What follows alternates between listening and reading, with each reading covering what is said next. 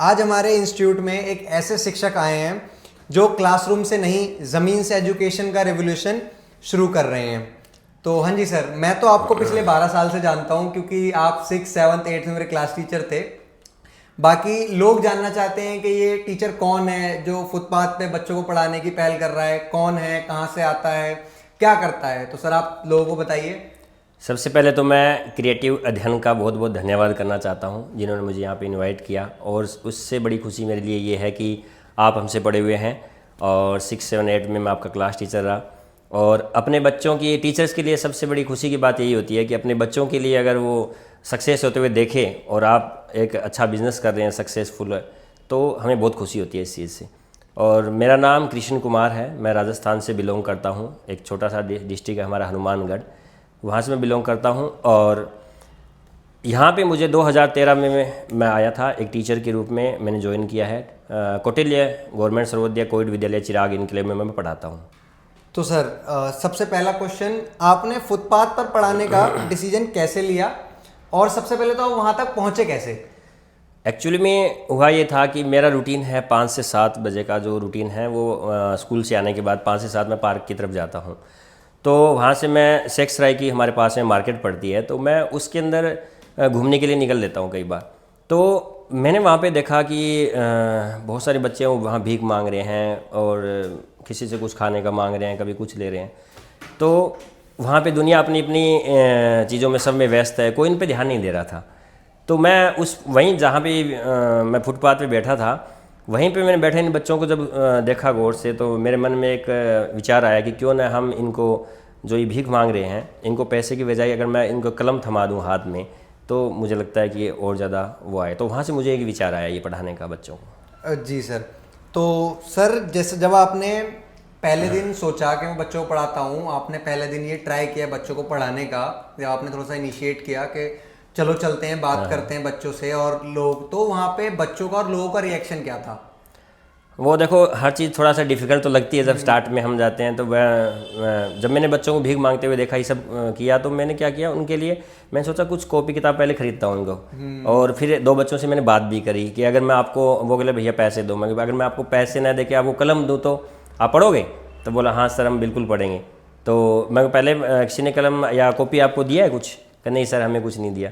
तो मुझे वहाँ से ये आइडिया आया और साथ में मैंने उनको फिर दूसरे दिन जाके वो कलम और कॉपियाँ दी। लेकिन थोड़ा सा डिफ़िकल्ट लगा मुझे भी वहाँ पे, क्योंकि इतना पब्लिक देख रही थी एकदम से। और वहाँ मैं बैठा फुटपाथ के ऊपर, तो वहाँ लोगों की चहल पहल बहुत रहती है। शहीद भगत सिंह कॉलेज है वहाँ पे पास में, तो वहाँ बहुत सारी लोगों की चहल पहल रहती है। तो लोगों का ये था कि लोग मुझे बड़ी हैरानी की नज़र से देख रहे थे भी, ये इतनी भीड़ के अंदर 4-5 बच्चों को पढ़ा रहा है ये है। तो थोड़ा रिएक्शन ऐसा था उन लोगों का। तो आपने ये नहीं माइंड में आपके कि मैं यहाँ फुटपाथ पे ना पढ़ाकर कहीं साइड में क्लासरूम में ले जाता हूँ, या फिर मतलब कहीं साइड में आड़ में पढ़ा लेता हूँ, या आपका उधर की साइड कहीं रूम वूम अरेंज करके आपने फुटपाथ पे ही पढ़ाने का क्यों डिसाइड किया? नहीं, आजकल क्या है, दिल्ली के अंदर आपने देखा होगा कि बच्चे चोरी होने का ज़्यादा कुछ वीडियो पीछे वायरल हुई थी कि बहुत सारे लोग बच्चे हैं वो चोरी हो रहे हैं। दूसरा ये है कि वहाँ पे कोई मुझे ऐसी जगह भी नहीं मिल रही थी कि मैं बच्चों को कहाँ लगे जाके पढ़ाऊँ। तो क्यों कई बार क्या होता है पता है कि बच्चे स्कूल में तो आते हैं, तो मैं खुद स्कूल बन के उन बच्चों के पास पहुंच गया था। तो बच्चों को भी बहुत अच्छा लगा। और दूसरा ये था कि लोगों के सामने पढ़ाने में ये था कि मुझे भी एक सिक्योरिटी रहती थी, क्योंकि आजकल बच्चे, मैंने आपको बताया कि बच्चे उठाने वाला थोड़ा सा रहता है, तो वो मुझे थोड़ा डर था मेरे मन के लोग अंदर। बेसिकली डाउट ना करें कि बंदा कोई बच्चा जेन्युइन है या कुछ बच्चे कहीं गायब तो नहीं कर रहा, इसलिए बस इसीलिए मैंने वहीं पे लोगों के सामने पढ़ाना भी ठीक समझा। तो जब आपने पढ़ाना स्टार्ट कर दिया, पहला दिन आपका गया, 2 दिन गए, 3 दिन गए, तो आपने क्या नोटिस करा, किस तरह से लोगों का आपको सपोर्ट मिल रहा है? वीडियो वायरल होने से पहले, बेसिकली वायरल होने के बाद तो ऑब्वियसली सब दिखाते हैं, वायरल होने से पहले किस तरह से लोगों का आपको सपोर्ट मिला और किस तरह से लोग क्रिटिसाइज कर रहे हैं? बिकॉज आज की सोसाइटी ऐसी है कि अगर कोई किसी को कुछ अच्छा करते हुए देखते हैं तो लोग ये सोचते हैं कि बंदा बस व्यूज के लिए, थोड़े से दिखावे के लिए कर रहा है। तो ये आपको किस तरह से लोगों ने सपोर्ट किया और किस तरह से लोगों का आपको क्रिटिसिज्म फेस करा आपने? वहाँ पे एक्चुअली क्या था कि देखो, डिफ़िकल्टी तो कोई काम हम करते हैं शुरू तो होती है।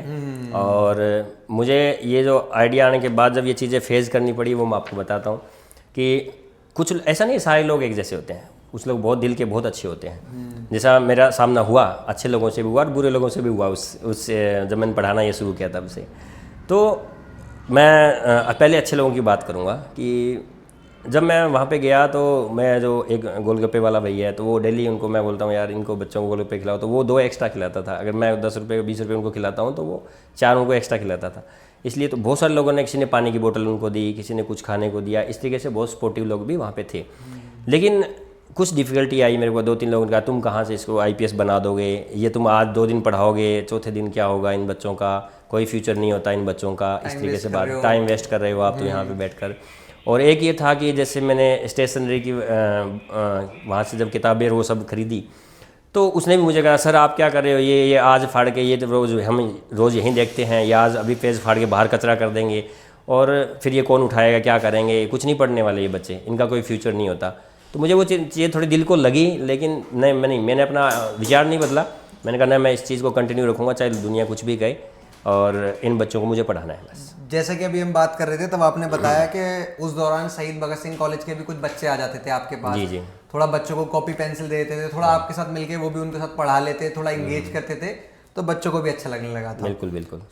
जब आपको दिखता था कि मतलब देखो सर वो बच्चों कभी स्कूल नहीं गए, कभी पेंसिल कॉपी नहीं पकड़ी उन्होंने, तो एकदम से तो बच्चे सीख नहीं पाते। नहीं। तो जब आपने देखा कि बच्चे पढ़ नहीं पा रहे हैं या बच्चों को डिफिकल्टी हो रही है पढ़ने में, तब आपको ऐसा नहीं लगा कि यार मैंने ये डिसाइड करके इनको पढ़ाने का एक चैलेंज ले लिया, काफ़ी ज़्यादा आपका टाइम, काफ़ी ज़्यादा दिमाग वेस्ट, क्योंकि आप पूरे दिन आप स्कूल से आए, उसके बाद फिर आप बच्चों को पढ़ाने चले गए, तो बच्चे कहीं ना कहीं पढ़ नहीं पा रहे हैं या फिर लैग कर रहे हैं किसी पॉइंट पे, तो आपको ऐसे नहीं लगा कि मैंने गलत डिसीजन तो नहीं ले लिया? कभी आपने अपने डिसीजन पे ऐसा डाउट तो नहीं किया? नहीं, डाउट तो खैर मैंने नहीं किया कभी, लेकिन देखो चीज़ें जब नई शुरुआत करते हैं तो कुछ चीज़ों का आपको डिफिकल्टी फेस करने के लिए तैयार रहना पड़ेगा, ये तो निश्चित है। हाँ। तो क्योंकि बच्चों का इन्वायरमेंट ही ऐसा था ना, क्योंकि बच्चे वहाँ पे इस तरीके से रह रहे थे, फुटपाथ पे वो रह रहे हैं और वहीं से भीख मांगे, तो इन्वायरमेंट उनका ऐसा है, तो उनकी लैंग्वेज भी अलग है। मैं आपको बताऊँ बहुत ज़्यादा लैंग्वेज भी उनकी वो थी, और पहले उनके लैंग्वेज पे मैंने थोड़ा काम किया। मैं कि नहीं अब इस तरीके से मुझे बोलें, फिर मुझे सर जी, मैंने उनको बोलना सिखाया कि आप मुझे सर जी के नाम से बोलेंगे, बोला ठीक है। तो वो थोड़ा सा मुझे लगा उन चीज़ों को बच्चों को सुधारने, 3-4 दिन तो मुझे वो लगी, वो एजुकेशन देनी पड़ी पहले उनको। फिर वो बच्चे थोड़ा, मेरे और बच्चों का जो इमोशनल टच था वो हुआ, तो मेरे पास बच्चे बैठने लग गए, और अब मैं जब जाता हूँ तो बच्चे भाग के मेरे गले लग जाते हैं, थोड़ा सा बॉन्ड क्रिएट। हाँ, ऐसा ये सिस्टम अभी हो गया। हाँ सर, मैं उसी पॉइंट पे आ रहा था कि पढ़ाई और आप दोनों बच्चों के लिए नए थे। ठीक है, आप तो थे ही थे, पढ़ाई भी उन बच्चों के लिए नहीं थी। तो इसको लेकर बच्चों की क्या एक्साइटमेंट थी? मतलब आप जब जाते थे बच्चों को पढ़ाने के लिए, तो आपने बच्चों के साथ कोई टाइम फिक्स कर रखा था, या फिर बच्चे खुद आपको पूरे दिन बच्चे आपके इंतजार में रहते थे, या फिर आप बच्चों को जाके ढूंढते थे कि पढ़ो पढ़ो? नहीं, ऐसा कुछ नहीं था उसमें कि देखो मेरा ना कोई टाइम फिक्स था हमारा। हाँ। जैसे मेरा 8 बजे से लेकर और 2:30 बजे तक का स्कूल होता है, 3-3:30 मैं घर पहुंचता हूँ, और 5-5:30 बजे मैं पार्क के लिए निकलता हूँ, तो कोई फिक्स टाइम मेरा नहीं था वहाँ पे जाने का। सेक्स रैग जो अथॉरिटी है उसमें मुझे जाने का वो नहीं था, लेकिन बच्चे मेरा इंतज़ार करते थे। ये मैंने चीज़ नोटिस करी 2-3 दिन जब मैंने उनको पढ़ाना स्टार्ट किया, तो बच्चे मुझे नोटिस करते थे कि सर कब आएंगे, और मैं एक्चुअली मैं उसी जगह ही बैठता था जहाँ से ये वीडियो वायरल हुआ था, मैं उसी जगह ही बैठा करता था, तो बच्चे मेरे को वहाँ ढूंढ लेते थे, मैं दूसरा कोई प्लेस नहीं था। तो बच्चों की ये क्यूरियोसिटी ये थी कि हाँ नहीं मुझे पढ़ना है, और खुद फिर बच्चे एक दिन तो खुद वो पेन पेंसिल लेके आया, सर मुझे ये किसी भैया ने दी है और मुझे पढ़ाओ सर आप। तो ये, और कुछ बच्चों को जब, एक मैं इंसिडेंट आपको बताता हूँ इसके अंदर, कि एक गुड़िया थी जिसको मैंने पढ़ाया था, जब उसने नाम लिखना शुरू किया तो वो अपने हाथ पे भी नाम लिख रही है, कॉपी में भी नाम लिख रही है, मतलब इतनी उसको खुशी हुई उस बच्ची को। उसको देखे मुझे भी एक, मतलब आप मानोगे नहीं, रोना तक आ गया था कि यार मैंने एक छोटा सा मतलब प्रयास, और बच्चे की खुशी देखो कितनी बड़ी है। चलिए वीडियो पर आते हैं। तो जिस टाइम वो बच्चे ने आपकी वीडियो बनाई, आपको पता था कि वीडियो बन रही है? एंड हाँ, सबसे बड़ा क्वेश्चन, वो वीडियो आपने तो बनवाई नहीं, ठीक है, किसी और अकाउंट से वो मेन सबसे पहले पोस्ट हुई है, तो वो लड़का कौन था? देखो ये है कि ना तो मुझे वीडियो इतना, मेरा शौक भी नहीं था वीडियो बनाने का, ना मैंने कभी वहाँ बच्चों को पढ़ाते हुए कभी फ़ोन निकाला, और क्यों मेरा ऐसा इंटेंशन नहीं था कि मैं उनके साथ वीडियो बनाऊँ या फ़ोटो बनाऊँ। तो वहाँ शहीद भगत सिंह कॉलेज का ये लड़का था, वहाँ पे मार्केट लगती है, बच्चे वहीं आते हैं, शहीद भगत सिंह कॉलेज के बच्चे आते हैं वहाँ पे सारे ज़्यादातर। तो वहाँ खाने पीने की कुछ रेडियाँ लगी हुई है, तो उसके चक्कर में सारे बच्चे वहाँ इकट्ठे होते हैं। तो वहाँ पे अंशु कुमार का एक नाम का एक लड़का था जिसने ये वीडियो शूट किया था। मुझे तो पता भी नहीं था कोई शूट कर रहा है नहीं कर रहा, तो लेकिन बाद में जब 1-2 लाख उस पर व्यूज़ आ गए, तो उसने मुझे टैग करके ढूंढ के, मुझे नहीं पता कैसे उसने मुझे ढूंढा, और मुझे उसने इंस्टाग्राम पे टैग किया, sir I am proud of you, आपकी वीडियो वायरल हो रही है, इस तरीके से। तो मुझे एक बार तो बड़ा हैरानी हुई मुझे कि मैं देखो वायरल हो गया, और मुझे खुद को ही नहीं पता अभी तक। तो अच्छा भी लगा। तो आपको सबसे पहले मतलब उस लड़के ने ही बताया था कि आपकी जी जी वीडियो वायरल हाँ, हो रही उसने है? बताया था मुझे, अंशु ने। ठीक है।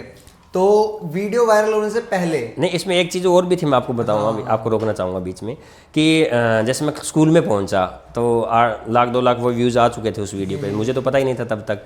अंशु ने मुझे टैग किया, उसके बाद में मेरे स्कूल के बच्चों ने मुझे बोला सर आप तो वायरल हो रहे हो। मैंने भी कॉल किया था। हाँ, आपने भी कॉल किया था, तो मुझे तो खुद को तब तक पता ही नहीं था। बाद में मुझे चीज़ें पता लगने लगी, जैसे बच्चों ने कहा सर आपकी वीडियो वायरल हो रही है। मैं कौन सी वीडियो वायरल हुई, मुझे तो पता ही नहीं है। फिर इधर से अंशु कुमार ने शाम को मुझे टैग करते हैं, स्कूल में बच्चे मुझे कह रहे थे, तो वो दोनों चीज़ों से मुझे पता लगा था ठीक इसका। है।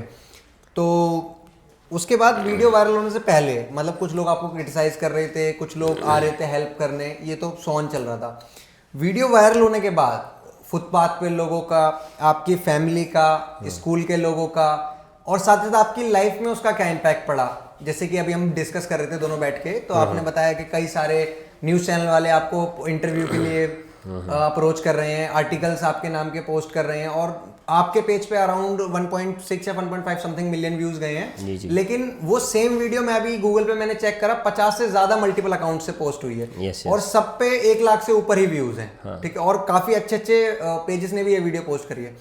तो किस तरह से रिएक्शन रहा था सब लोगों का? क्या आपकी लाइफ में बदलाव आया उसके बाद? देखो, मैं एक सामान्य इंसान हूँ, एक अध्यापक हूँ, और अध्यापक का काम है बच्चों को शिक्षा देना। तो मुझे तो इतना पहली बात तो बहुत हैरानी हुई इन सब चीज़ से कि मैं एक वीडियो वायरल हो रहा है जिसमें मेरा फेस आ रहा है। और दूसरी बात ये थी कि बच्चों को मेरे, देखो आप अपने एक कोटेशन सुना होगा कि गरीबी में आदमी पैदा होता है और गरीबी में मर जाता है, तो वो उसकी कमी है। अगर बच्चा शिक्षा के बिना रह जाता है तो वो हम सब की जिम्मेवारी बनती है उसको शिक्षा देने की। तो इसी में ये था कि आसपास का एनवायरनमेंट, देखो जब चीज़ें बदलती है तो ये सब चीज़ें हो रही है, तो एनवायरनमेंट तो बेसिक है, बदलना था। तो सबसे पहले स्कूल में जहाँ मैं जाऊँ तो मुझे वायरल मैन के नाम से, और फुटपाथ में होमलेस बच्चों, चिल्ड्रन को पढ़ाने के नाम से बच्चे मुझे पुकारने लगे। और मैं जब सेक्स राय की मार्केट में वहाँ भी जाता हूँ तो जो कॉलेज के लड़के हैं, बच्चे हैं, वो मुझे साथ में फ़ोटो लेने, सर आप तो बहुत अच्छा काम कर रहे हैं। देखो ये जो चीज़ थी वो मुझे लगता है जितने मेरे व्यूज़ आए तो वो सारे के सारे मेरी तरह ही सोचते हैं। वो उन लोगों का मेरे लिए प्यार था, और मेरी लाइफ में तो शायद थोड़ा चेंज आया उसको बाद में। और दूसरी बात ये थी कि जैसे फैमिली का रिएक्शन आपने पूछा कि फैमिली में, तो फैमिली में सब लोग बड़े खुश हुए कि अचानक से क्या हो गया, ये कहाँ से वीडियो आ गई। मुझे खुद को नहीं पता था, मैं उनको क्या बताता। तो थोड़ा सा माहौल बना ऐसा घर में भी। तो उन लोगों को मतलब आपने ही बताया था या उनको पहले से ही पता लगा था? नहीं, उनको कहीं और से पता लगा, मुझे भी नहीं पता था ना तब तक, तो उनको कहीं और से पता लगा था। सेम डे दोनों को पता लगा? जी जी जी, हाँ, ठीक है सर। एंड सर, उन बच्चों के लिए एजुकेशन क्यों ज़रूरी है? मतलब देखो वहाँ से हज़ारों लोग निकलते हैं, ठीक है, मार्केट है, लाखों लोग निकले होंगे आज तक, हर किसी ने बच्चे को देखा होगा, ज़्यादा किसी को दया हो, किसी ने 10-20 रुपए दे दिए, किसी ने चॉकलेट दिला दी, आइसक्रीम दिला दी, गोलगप्पे खिला दिए, सो ऑन। ठीक है, आपने ही ऐसा क्यों सोचा कि उन बच्चों को लिए ना तो खाने की चीज़ ज़रूरी है, ना पैसे ज़रूरी हैं, एजुकेशन ही क्यों ज़रूरी है? आपने ये कैसे सोचा और कैसे ये स्टार्ट किया? मैंने आपको पहले भी एक लाइन बोली थी कि आदमी अगर गरीबी में रह के गरीबी में मर जाए तो वो उसकी कमी कह सकते हैं हम एक तरीके से। अगर वो मेहनत नहीं कर रहा तो वहाँ तक नहीं पहुँच रहा। एजुकेशन आपको एक सम्मान दिलाता है, एक इज्जत दिलाती है। एजुकेशन आपको उस मुकाम पे ले जाएगा। जैसे यहाँ पे मैं डॉक्टर भीमराव अम्बेडकर जी की एक कोटेशन मुझे याद आती है कि शिक्षा वह शेरनी का दूध है जो जितना पिएगा ना उतना दहाड़ेगा। तो वो मुझे कोटेशन बहुत स्पेसिफिक लगती है कि आज मैं बच्चों को अगर एजुकेट उनको कर देता हूँ तो उनको किसी के आगे हाथ फैलाने की जरूरत नहीं पड़ेगी मेरे हिसाब से। वो अपना खुद का एक अपनी इज्जत बना लेंगे और अपना एक भविष्य जो सपना उनका है वो पूरा कर लेंगे। तो इस तरीके से मेरे दिमाग में आया कि बच्चों के लिए एजुकेशन सबसे इम्पोर्टेंट है। जी जी सर। तो अब आपने ये पहल शुरू कर दी, बच्चों को सिखा दिया, बच्चे अपना नाम लिखना सीख गए, तो कहीं ना कहीं बच्चों ने कुछ सपने भी देखे होंगे अपने लिए, क्योंकि बच्चों को पहले तो जब वो मतलब नॉर्मली भीख मांगते होंगे तो यही दिखता होगा कि हमारा कुछ फ्यूचर नहीं है, लेकिन जब वो अपना नाम लिखना सीखे तो कहीं ना कहीं उनके अंदर एक उम्मीद की किरण जगी हुई कि मैं डॉक्टर बनूंगा, मैं कुछ IPS बनूंगा, या मैं इंजीनियर बनूंगा, या मैं भी कुछ नहीं तो किसी अच्छी कंपनी में जाके कुछ काम करूंगा। जैसा आपने कहा कि बच्चों के सपने की बात आपने करी, तो मैंने उनसे पूछा आपका क्या सपना है क्या नहीं है, तो उन्होंने कहा कि मेरा सपना है, क्योंकि वो बच्चे भीख मांगते हैं तो उनको ये लगा कि नहीं, हमारा सपना सर पैसा कमाना है। उनके लिए पैसा बहुत इंपॉर्टेंट चीज़ थी। तो फिर उन्हें जब धीरे धीरे मैंने पढ़ाना शुरू किया तो उनकी सोच में बदलाव आया और वो धीरे धीरे कहने लगे सर नहीं, हमें तो आपकी तरह टीचर बनना है। एक बच्चे ने मुझे कहा कि सर मुझे तो आपकी तरह टीचर बनना है। आप देखो, आप जब आते हो हम बहुत अच्छा लगता है, हम भी ऐसे बच्चों को पढ़ाएंगे। फिर धीरे धीरे करके बच्चे अलग अलग रिएक्शन में देने लगे मुझे कि मुझे कोई डॉक्टर बनना है, कोई पुलिस में जाना है। वो इस तरीके से बच्चे अपने अपने सपने बुनते हैं और उनको पूरा करने का जिम्मेवारी हमारी नहीं, पूरे समाज की है।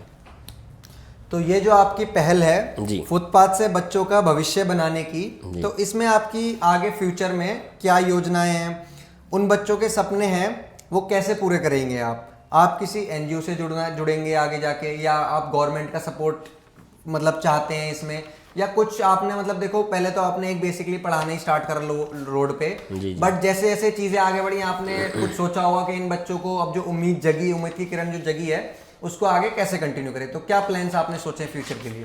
देखो अभी तो जो वीडियो वायरल हुआ है आपने देखा होगा कि लाखों व्यूज़ है और मेरे जैसे लाखों लोग सोचते हैं, ये मुझे बहुत अच्छा लगा। और दूसरी बात है कि रही बात सपने की, तो देखो इस काम को मैं जारी रखूँगा, क्योंकि मुझे कोई वायरल नहीं होना था, ना मुझे कोई फेमस होना था, मुझे इम्पैक्ट पे काम करना था, वो मैं कर रहा हूँ और वो मैं कंटिन्यू करता रहूँगा। और दूसरी बात यह है कि बच्चों के सपने की तो मैं इनको अधूरा नहीं छोड़ सकता। जो बच्चों ने मेरे साथ जो सपने देखे हैं वहाँ बैठ के फुटपाथ के ऊपर, मैं उसको पूरा करूँगा, चाहे मुझे कुछ भी करना पड़े उसके लिए। दूसरी बात मेरा ये है फ्यूचर प्लानिंग जो आप कह रहे हो, अभी बहुत सारे आपने कहा कि न्यूज़ पे हमारी वो वायरल वीडियो आ रही है। हाँ बिल्कुल आ रही है, एनडीटीवी पे, एबीपी न्यूज़ पे, हिंदुस्तान टाइम्स, नवभारत टाइम्स, सब ने लिखा है, आर्टिकल भी लिखे हैं, न्यूज़ भी आ रही है। तो मेरा ये मेन है कि उन बच्चों को मैं यहाँ से पढ़ा कर और फिर मैं अपने स्कूल में ही इनको लेके जाऊँगा। बहुत सारे एनजीओ ने मेरे से संपर्क किया है, लेकिन अभी मैं उस तरफ न जाके और मैं अपने स्कूल में इन बच्चों को वहाँ ले जाके पढ़ाई करवाऊँगा उनकी वहीं पे, ताकि मेरे देख रेख में भी ये बच्चे रहेंगे। और गवर्नमेंट स्कूल में कोई फीस भी नहीं लगती है, तो वो भी नहीं होगा। तो उन बच्चों को मैं अपने पास में रख के वहीं पढ़ाऊंगा, ताकि आगे जाके ये अपना फ्यूचर बुन सके। क्योंकि एक तो ये है कि 12th तक अगर बच्चा पढ़ जाता है तो आजकल इतनी डिजिटल स्किल्स आ गई हैं कि बच्चा उसके आगे की पढ़ाई के लिए अपने आप खुद अर्न कर सकता है। हाँ वही है कि वहाँ 12th तक स्कूल है, 12th तक आराम से पढ़ाई करेगा। उसके बाद 12th तक जब बच्चा आता है ना, तो उसकी सोच विचार सब चीज़ें बदल जाती है, तो वो अपना रास्ता खुद ही निकाल लेता है वहाँ तक। हाँ एग्जैक्टली सर। जी जी। तो सर एक हमारा, मैं एक्साइटेड था इस क्वेश्चन के लिए शुरू से, एक हमारा अपना पर्सनल क्वेश्चन, ठीक है? आप टीचर हैं और हमारा क्रिएटिव वर्धन IT इंस्टीट्यूट है एज यू नो, तो मैंने जैसे आपने इंटरव्यू करी हुई, गेट पे एक बड़ा सा पोस्टर लगा रखा है, उस पर लिख रखा है कि डिग्री ठीक है, डिग्री होनी चाहिए, लेकिन स्किल जरूरी है, ठीक है? Skill is mandatory, degree is secondary, skill is primary and mandatory. Skill आपके पास होनी चाहिए, तो आप क्या कहेंगे, डिग्री या स्किल? मेरे हिसाब से दोनों चीज़ इंपॉर्टेंट है। पहली बात मैं आपको क्लियर कर दूं यहाँ पे, और डिग्री से हम सर्टिफिकेट लेते हैं, एक एजुकेशन की तरफ बढ़ते हैं, और डिग्री हमें सर्टिफिकेट देती है। लेकिन स्किल हमें हमेशा अपने एक प्रोफेशन बनने का एक तरीका अलग जो चुनते हैं हम स्किल के द्वारा, जो हमारे पास अगर कुछ खुद का स्किल होगा तो हम उसके दम पे कुछ भी कर सकते हैं। और डिग्री आपको क्या है, आजकल आपने देखा होगा बहुत सारे बच्चे BA कर लेते हैं, BSc करके वो भी अभी तक ऐसे घूम रहे हैं, लेकिन स्किल वाला आपने कभी नहीं देखा होगा कोई बच्चा ऐसा है जो बिना जिसके पास स्किल नहीं है, वो तो ऐसे घूम रहे हैं। जिनके पास स्किल है वो बच्चे आपने देखा होगा कहीं ना कहीं वो जॉब कर रहे हैं या अपना खुद का धंधा करके बैठे हैं। तो आपका जो ये क्रिएटिव अध्ययन है, और मैं इसको पहले तो बधाई देना चाहूँगा, क्योंकि मैं ओपनिंग पे भी आपके आया था, आपको पता होगा, तो ओपनिंग पे आपने मुझे बुलाया था, तब से मैंने बहुत सारे बच्चों को भी कहा है इस चीज़ का। तो आपका ये जो स्किल का जो जितने भी आपके कोर्सेज हैं और हैं, तो ये मुझे लगता है एक फ्यूचर की डिमांड भी है। आपने देखा होगा आज AI का ज़माना आ रहा है, तो ये फ्यूचर की डिमांड भी है। तो आप लगे रहिए, बेस्ट ऑफ लक आप मेरी तरफ से आपको। जी जी सर। मैं तो सर हमारे इंस्टीट्यूट में, इंस्टीट्यूट प्लस मार्केटिंग एजेंसी में कोई भी अगर फ्रेशर भी आता है तो हम उससे ये नहीं पूछते आप 12th पास हो, 10th पास हो, 11th पास हो, या आपने कहाँ से कोर्स करा है। वो बच्चा भले यूट्यूब से सीख के आए, हम उससे पूछते हैं तू बस ये बता तुझे आता क्या है, आप कर क्या सकते हो। अगर आपको आता भी नहीं है तो आप में पोटेंशियल कितना है, आप क्या सीख सकते हो, ठीक है? भले ही हम उसे फ्रेशर पे रखें, लेकिन हम रियल लाइफ प्रैक्टिकल, क्योंकि हमारा काम भी करते हैं हम ये और सिखाते भी हैं, तो मुझे रियल लाइफ प्रैक्टिकल एग्जांपल्स दे के बताते हैं कि काम ऐसे होता है। वही मैं कह रहा हूँ, देखो सीखने और सिखाने से चीज़ें बढ़ती है। आज देखो आपने एक प्रश्न पूछा था बीच में, एजुकेशन क्यों जरूरी है, उसमें मैं एक लाइन और जोड़ना चाहूँगा कि आज एजुकेशन है तो हम यहाँ बैठे हैं। एग्जैक्टली सिर्फ एजुकेशन से ही हम यहाँ बैठे हैं, और वही चीज़ सबसे इम्पोर्टेंट लाइफ में। जी जी सर, जी जी। तो एंड हाँ सर, वन लास्ट थिंग, आप कोई छोटा सा मैसेज अगर लोगों को देना चाहें, बिकॉज एंड हाँ मैसेज तो ठीक है, आप पहले तो थैंक यू बोलना चाहें लोगों को आपकी वीडियो को इतना प्यार और सपोर्ट देने के लिए, और बाकी सबको, क्योंकि वो एक छोटी सी कॉमन चीज थी। आपका आई नो वीडियो में भी साफ दिख रहा है आपको कोई इंटेंशन ही नहीं है। नहीं, मेरा कोई इंटेंशन नहीं था, ना मैंने कभी किसी को कहा वीडियो बनाने के लिए। तो वीडियो बनाना तो मैं खुद ही बना लेता ना, दूसरे को बनाने की मेरी जरूरत क्या थी। और रही बात थैंक यू की, तो मैं उन 15 लाख 20 लाख जितने भी लोगों ने मुझे प्यार दिया है, एक आप मानोगे नहीं एक भी नेगेटिव कमेंट नहीं है, तो इसका मतलब मुझे ये समझ में आता है कि वो लोग मेरे साथ दिल से सपोर्ट कर रहे हैं और मेरे साथ जुड़े हुए हैं। ऐसे लोगों को भारत को ज़रूरत है। और ये एजुकेशन का जो पड़ाव हमने शुरू किया है, इसको ये रुकना नहीं चाहिए। और उन सभी जो व्यूवर्स हैं मेरे, उनको मैं बहुत बहुत धन्यवाद देना चाहूँगा। मेरे बच्चों की तरफ से धन्यवाद देना चाहूँगा। मैंने अपने बच्चों को जब ये वीडियो दिखाई तो वो भी बड़े खुश हो रखे थे, सर मैं पढ़ रही हूँ देखो वीडियो के अंदर, इस तरीके से। तो मैं उन सब का धन्यवाद करना चाहता हूँ कि आप लोगों ने वीडियो को इतना प्यार दिया। और देखो भारत का यूथ है और एजुकेशन का जो माहौल बना उसमें, तो वो सबके दिल को छू गया। 15-16 लाख तो सर आपकी वीडियो पे व्यूज आए हैं। उस वीडियो को कम से कम 50 से 100 लोगों ने और शेयर करा और सब पे 1 से 2 लाख व्यूज है। जस्ट अभी हमने चेक करा, अराउंड ये वीडियो कहीं नहीं तो 50 से 60 लाख तो गई है। 50 से 60 लाख लोगों ने देखी है। तो आप 15-16 लाख नहीं, 50 से 60 लाख। मैं सभी को बोला है, सभी को तहे दिल से मैं धन्यवाद देना चाहूँगा। और क्योंकि जो बच्चों के लिए आप लोगों ने प्यार दिखाया है, देखो वायरल होना कोई इम्पोर्टेंट नहीं है। Exactly sir. एजुकेशन बच्चों को देना, और मैं ये चाहता हूँ कि मेरा संदेश भी आप लोगों के लिए ये रहेगा, जितने भी मेरे व्यूवर्स देख रहे हैं, जिन वीडियो को प्यार दिया है, कि आप भी अगर एक एक बच्चे की सपोर्ट करें तो आप कह रहे हो जैसे 15 लाख, मैं तो इतना चेक नहीं करता हूँ, इंटरनेट पे ज़्यादा नहीं हूँ मैं, तो अगर 50 लाख 60 लाख लोगों ने देखा, अगर एक एक बच्चे की हम जिम्मेवारी लें तो मुझे लगता है भारत में कोई बच्चा बिना एजुकेशन के नहीं रहेगा। क्योंकि हमारे राइट टू एजुकेशन में भी ये है कि शिक्षा हर बच्चे का अधिकार है और उसको मिलना चाहिए मेरे हिसाब से। जी सर। तो सबसे हाँ, थैंक यू सो मच आपका जैसे आपने बताया कि एनडीटीवी बहुत, मतलब मैं नाम नहीं लेना चाह रहा किसी का, बहुत सारे न्यूज़ चैनल्स ने आपको इंटरव्यू के लिए, पॉडकास्ट के लिए, बहुत सारे लोगों ने आर्टिकल्स के लिए आपका इन्फॉर्मेशन मांगा। लेकिन मैंने भी आपसे बोला कि सर सबसे पहले आप हमारे इंस्टीट्यूट में आगे इंटरव्यू दीजिएगा और लोगों को हमारे थ्रू आप लोगों को बताइएगा अपने बारे में, और आप किसी के यहाँ ना जाकर सीधा हमारे पास आए, तो बहुत बहुत धन्यवाद। उसका तो एक रीज़न था, देखो कि आप मेरे से पढ़े हुए हो, 6ठी 7वीं 8वीं क्लास में आपका क्लास टीचर आऊँ, और देखो जो वीडियो वायरल हुई है उसमें भी एक स्टूडेंट और टीचर का ही प्रेम है, और वही प्रेम आपका हमारे साथ में था, तो वही खींच के ले आया। तो मेरे को कई लोगों ने पहले बोला इंटरव्यू के लिए, पॉडकास्ट के लिए, मैंने बोला नहीं, मैं अपने बच्चे का जो पॉडकास्ट है पहले उस पर जाऊँगा, और ये दिखाता है एक स्टूडेंट और टीचर का प्रेम, तो इसलिए मैं आपके पास आया। जी, आप ओपनिंग पे भी सबसे पहले आए थे और यहाँ पे भी सबसे पहले आए हैं। बाकी सर को मैंने पहले दिन ही बोल दिया था, जिस दिन मैंने वीडियो देखी थी, कि सर आप जैसे ही आपको टाइम मिले आप ऑफिस आइएगा, इंस्टीट्यूट विजिट कीजिएगा, ठीक है। मैं स्कूल भी आके मिला था सर से, तो सर थोड़ा बहुत इधर उधर बिजी थे, एंड सर को जैसे ही टाइम मिला सर सीधा हमारे पास आए। बिल्कुल, मैं बिना टाइम वेस्ट किए आपके पास पहुंचा। और मैं देहरादून की शादी में गया हुआ था, मैं आपको बता देता हूं, और 4-5 दिन से मैं बिजी था। फिर आते ही मैं नहीं, बच्चा ने बहुत बार फ़ोन कर दिया, मैं जाने का फर्ज है, मैं इसलिए आज यहाँ पे आपके पास पहुँचा हूँ।